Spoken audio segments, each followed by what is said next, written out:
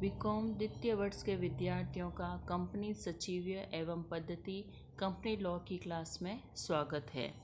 हमने पढ़ा कि एक कंपनी को समामेलन करने के लिए रजिस्ट्रार के समक्ष विभिन्न प्रलेख प्रस्तुत करने पड़ते हैं। उसमें हमने पढ़ा पार्षद सीमा नियम। आज हम पढ़ेंगे पार्षद अंतर नियम। जिस प्रकार सीमा नियम के अंतर्गत उद्देश्य, पूंजी, अंशदाता, स्थान वाक्य, कार्यालय नाम, इन सब की जो होती है सूचनाएं होती हैं या जानकारी होती है, उसी प्रकार पार्षद अंतर नियम, जैसे कि हमें नाम से ही पता चलता है, अंतर नियम यानी कि आंतरिक नियम, उनके बारे में लिखा जाता है। अंतर नियम वो है जो कि कंपनी इन अंतर नियमों का पालन करते हुए अपने व्यवसाय का संचालन करेगी। इस प्रलेख के अंतर्गत हम ये कह सकते हैं कि यह एक ऐसा प्रलेख है जिसमें कंपनी के नियमों, विनियमों, उपनियमों का उल्लेख होता है। इसमें जो नियम, विनियम या कंपनी के जो आंतरिक नियम इसमें लिखे होते हैं, उन्हीं के द्वारा कंपनी अपनी सभी क्रियाओं का संचालन करती है। ये कंपनी के संचालक एवं अधिकारियों की शक्तियों एवं सीमाओं को निर्धारित करते हैं और ये ही कंपनी द्वारा किए जाने वाले अनुबंधों का आधार बनते हैं तथा ये ही कंपनी एवं इनके सदस्यों के बीच संबंधों तथा कंपनी के सदस्यों के आपसी संबंधों का आधार बनते हैं। पार्षद अंतर नियम की विशेषताएं। पार्षद अंतर नियम भी कंपनी का एक महत्वपूर्ण प्रलेख है। इसमें सारे आंतरिक नियम होते हैं जिनको समय समय पर परिवर्तित भी किया जा सकता है और ये पार्षद सीमा नियम के सहायक होते हैं और सीमा नियम के अंतर्गत ही बनाए जाते हैं।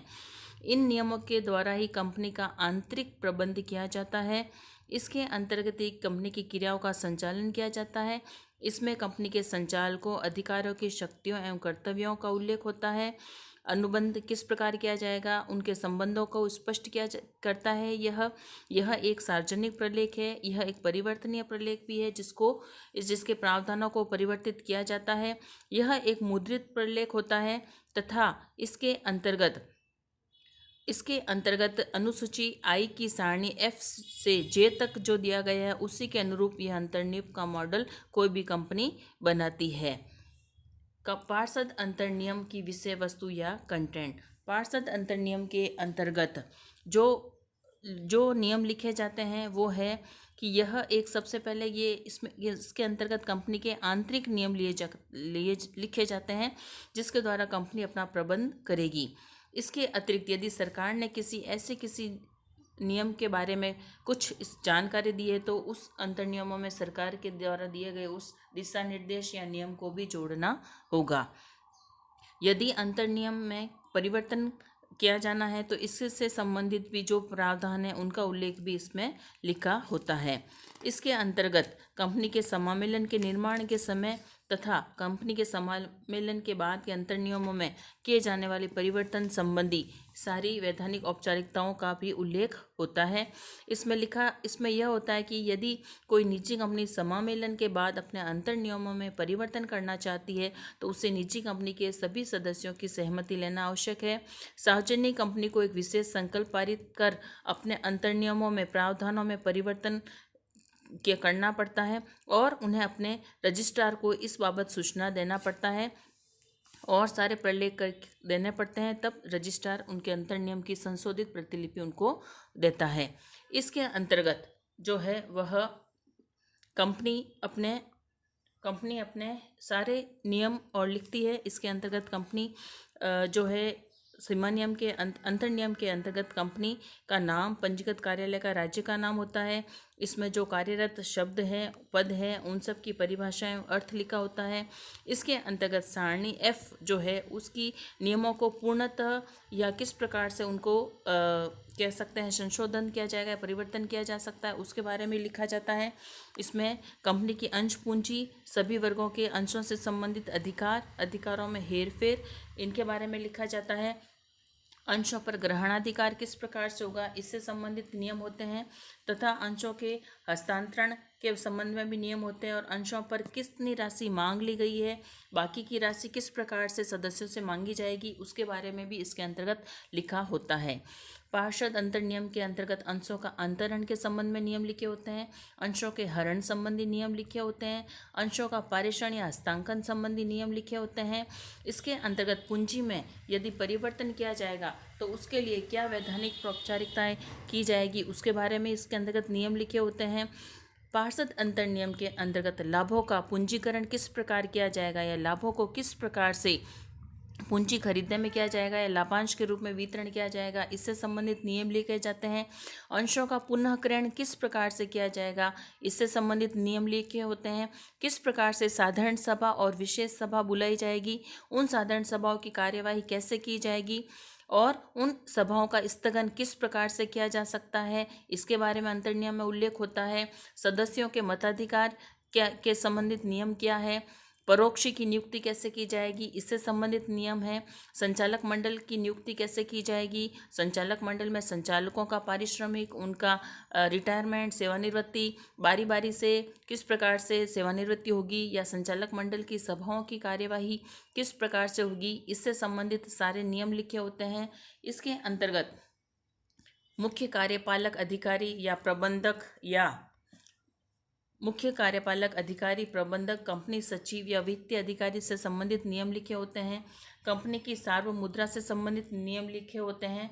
इसके अंतर्गत जो है वह कंपनी के समापन संबंधी नियम लिखे होते हैं, कंपनी के लेखांकन संबंधी नियम लिखे होते हैं और कंपनी में अभिदाताओं के हस्ताक्षर या कंपनी का किस प्रकार से समापन किया जाएगा, किस प्रकार से अधिकारों को क्षतिपूर्ति दी जाएगी और अभिदाताओं के हस्ताक्षर की तिथि व स्थान, इन सब के बारे में पार्षद अंतर नियम के अंतर्गत लिखा जाता है।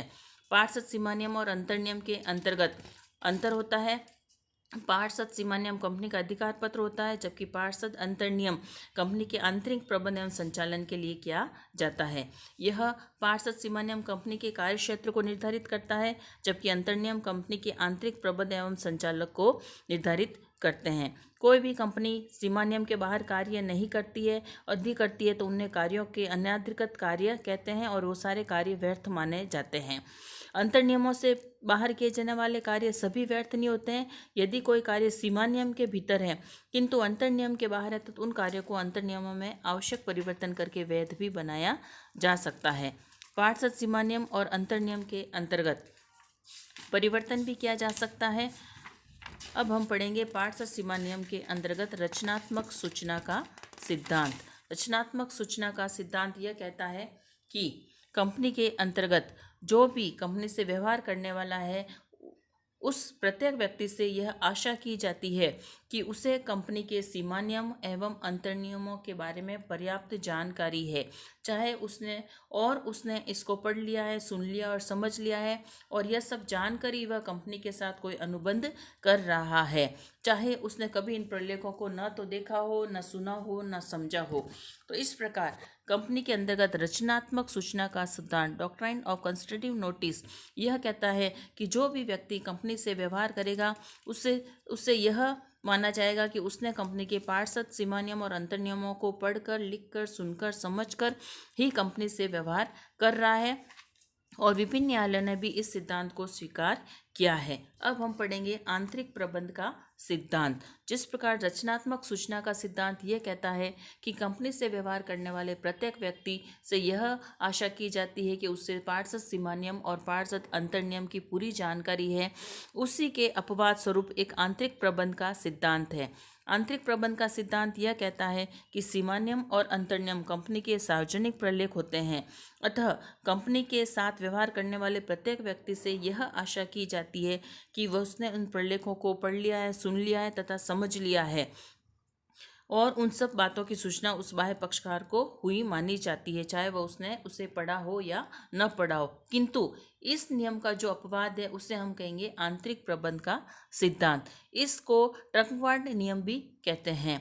इस नियम के अनुसार ये है कि यदि कोई व्यक्ति कंपनी से व्यवहार करता है तो उसे यह चिंता करने की आवश्यकता नहीं है कि कंपनी के आंतरिक कार्यों के संचालन में अंतर नियमों का पालन किया जा रहा है अथवा नहीं।